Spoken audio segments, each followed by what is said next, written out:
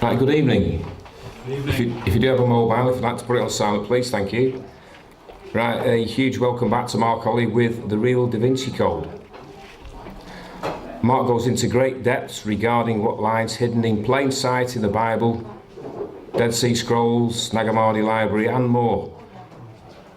Mark opens the Bible and reads with new eyes, revealing what Dan Brown thought he had revealed. Please welcome Mark Olly.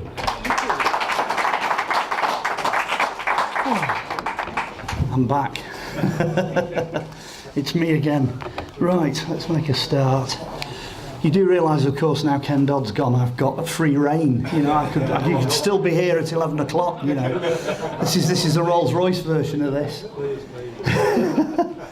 Okay, hopefully that light's not too distracting. If it does get too distracting, I'll have to turn it off. Okay, we're going for the real Da Vinci Code. An interesting subject, the Da Vinci Code. There's lots of stuff in it.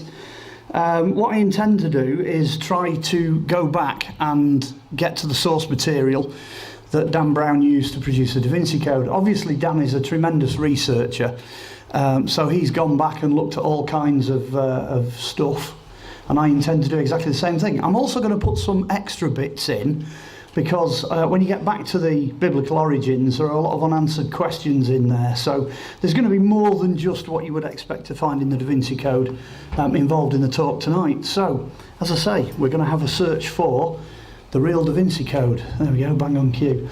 And just to completely throw you all off base, there is now a real illustration by Leonardo da Vinci, who 500 years ago drew me. Ha ha! There you go. And I'm not kidding either, they don't know who that is. All right, that's straight from his documents. You have no idea who he was drawing when he drew that. Even down to the wonky eye, he's got the whole lot. Right, good place to start is the scrolls. That should be black, by the way, not grey, so the lights are interfering with it quite badly. Just thought I'd mention that. Okay, here we go. Scrolls. Well, everything starts with the scrolls.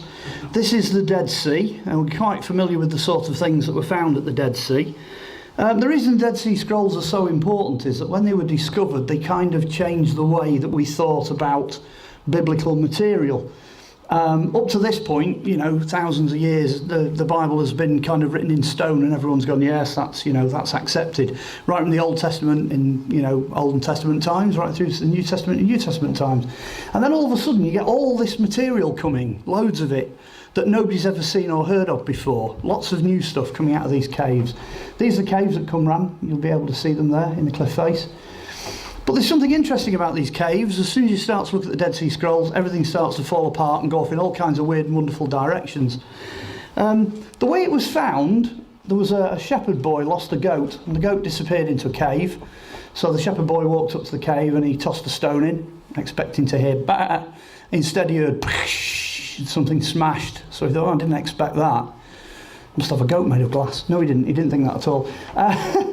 He went in and he discovered that he'd actually broken a jar. There's a huge stoneware jar in there full of documents that had fallen out in fragments.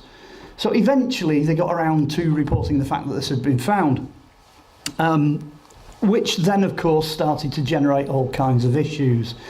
One of the things they don't tell you, though, is in the same network of caves, this is a hand wheel-turned ground glass 1st century Roman dish of a tremendously high status. It's 2,000, well, nearly 2,000 years old.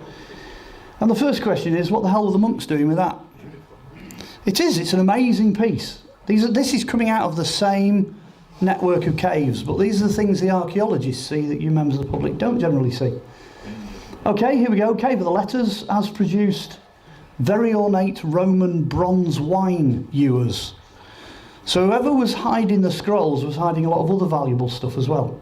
Okay, so if these were the monks of Qumran, they were doing quite well for themselves if this was the sort of stuff they were hiding. They were also not sticking strictly according to their rules either, because I don't know many monks that use vanity mirrors, that do knitting, wear beads and perfume, and rings and hair ornaments, and that comes out of the same cave as well. So that doesn't quite sit right with the monks of Qumran. What a party, you know?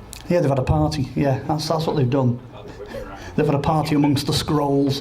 So it's not quite how you think. It's an assumption. I've got to say this. The scholars have assumed that there's a writer's bench and that these little monks were sat there in a scriptorium banging out these documents up in Qumran. They've just assumed that. There isn't really actually a hard and fast link. So already you're into sort of, conspiracy zone. That's one of the jars that was broken. They're quite large. And like I say, not just jars of scrolls. This one's an interesting one. This is the kind of flask that would contain ritual oil. Now there's a formula for the ritual oil that goes in this in the Old Testament, and it's what they use for anointing the priest before he goes into the Holy of Holies. Now I've got the formula at home, I've got the percentages and I know what ingredients to put in it, but if you use it in an unholy manner, you die. That's what it says. So I've not got around to making it yet. I'm a bit nervous about doing that.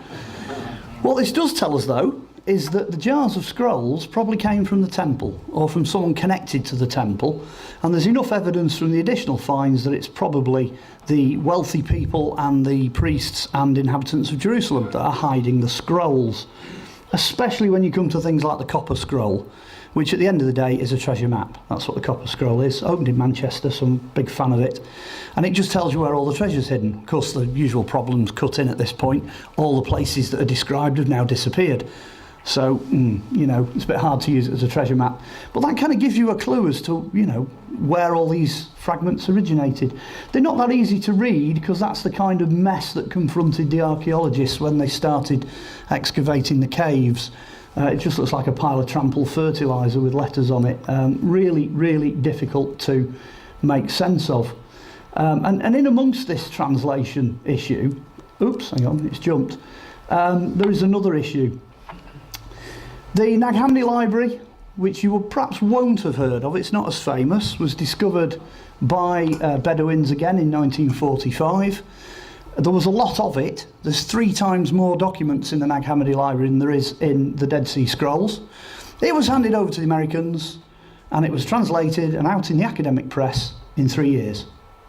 On the other hand, the Dead Sea Scrolls, 2 years later, 1947, which, remember, are only a third as many, so there's not as many of them, were handed over to the Catholic Church, and we're still not sure we've got all of them today.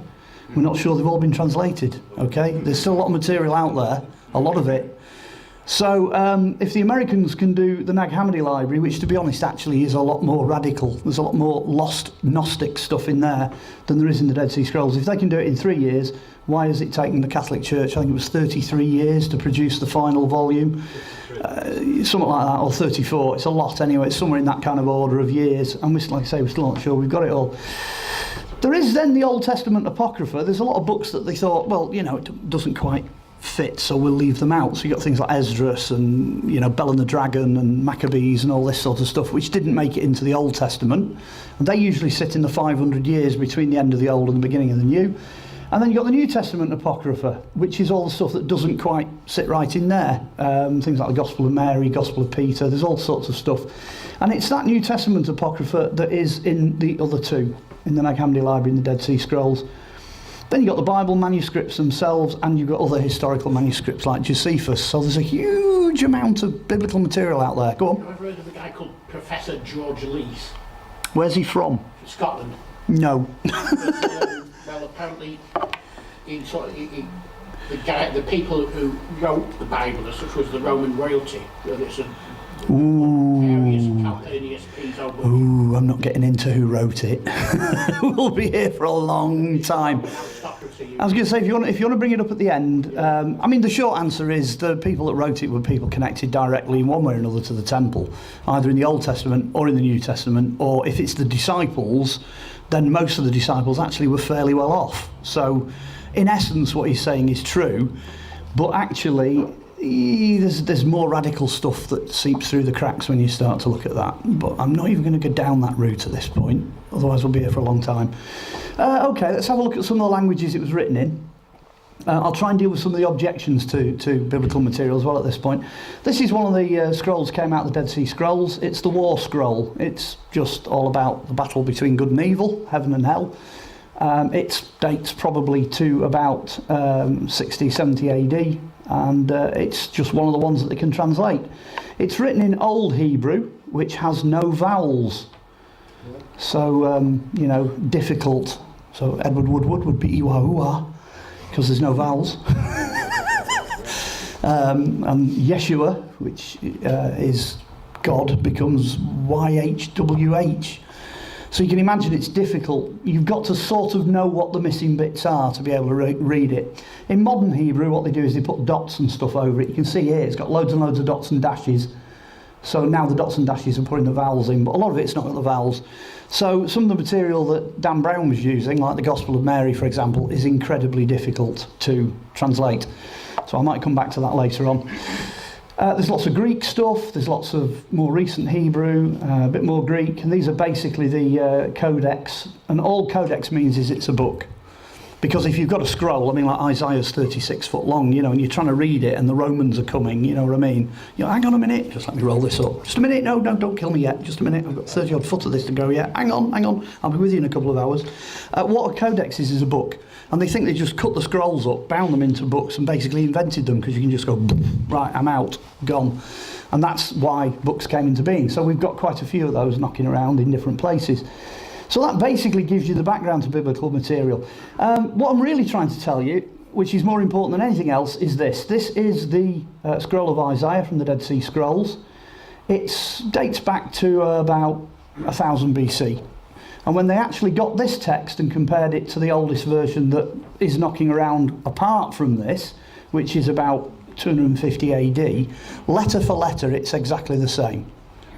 So if somebody comes along and says, oh, the Bible's a load of rubbish, it's not written the same. Well, over a period of nearly 2,000 years, they copied it letter for letter the same. The reason for that is if you're in a scriptorium and you're copying it and you're, you know, trying to copy each letter that Moses wrote exactly the same, and someone goes, do you want a cup of tea? You go, oh, damn it, I've gone and blotted it now. What you have to do at that point, because you've made a mistake, is you have to roll the scroll up, put it inside a shroud, coffin, go out to the desert, bury it and start all over again. Because that's how holy the letters are. Which is a bit of a beggar because it takes 3.5 years to write a scroll of that size, okay? So that's how they did it. So there's an awful lot of scrolls out in the desert full of mistakes. They've survived. And now we've got the ones that don't have the mistakes in, which are the ones that come through. Okay, here we go. There's Jerusalem. Lots and lots of caves dotted all the way around here. The Romans are coming, so it's pretty obvious that that's where you're going to hide all your books and your manuscripts and your valuables. That's pretty certain that's what happened. If you do decide to have a look at the Bible, this is how it's structured. So don't suddenly go, oh, I'm going to start at Genesis 1. You know, your Genesis, Exodus, Judges, just Leviticus. Oh, I really can't be bothered. Deuteronomy, that's it. Boom, forget it, walk away. Because you'll get really bored with it. It's a library. It's 66 separate individual scrolls. So you can literally jump in anywhere. You can go, I've only got 2 minutes, I'll read Jude. That's a good one, half a page. Right, let's have that one. So you can do that. You can jump around. You can start at John or Mark or whatever. My, preference would be perhaps start at John because John's a good one. That's New Testament. So it's a library. You've got 66 of these scrolls bound together in one. So your first location, let's have a look at some Old Testament mysteries, and we'll start with in the beginning. It's always a good place to start, isn't it, that in the beginning? Which in the Bible, incidentally, isn't the beginning, because it actually says the earth was waste and void at the judgment of God. So, tohu and bohu, waste and void. So it actually begins somewhere in the middle, but never mind, that's just the Bible for you. So, here we go. Genesis. We'll start at what we've got. Let's have a look at some mysteries. I am going a little bit off-piste here. Okay, the Big Bang Theory. In the beginning there was nothing and then it exploded. Boom, there you go. It's been described as smashing up a watch, a pocket watch, and throwing it off the top of the Empire State Building and expecting it to hit the sidewalk ticking and telling the right time. That's statistically how possible the Big Bang is.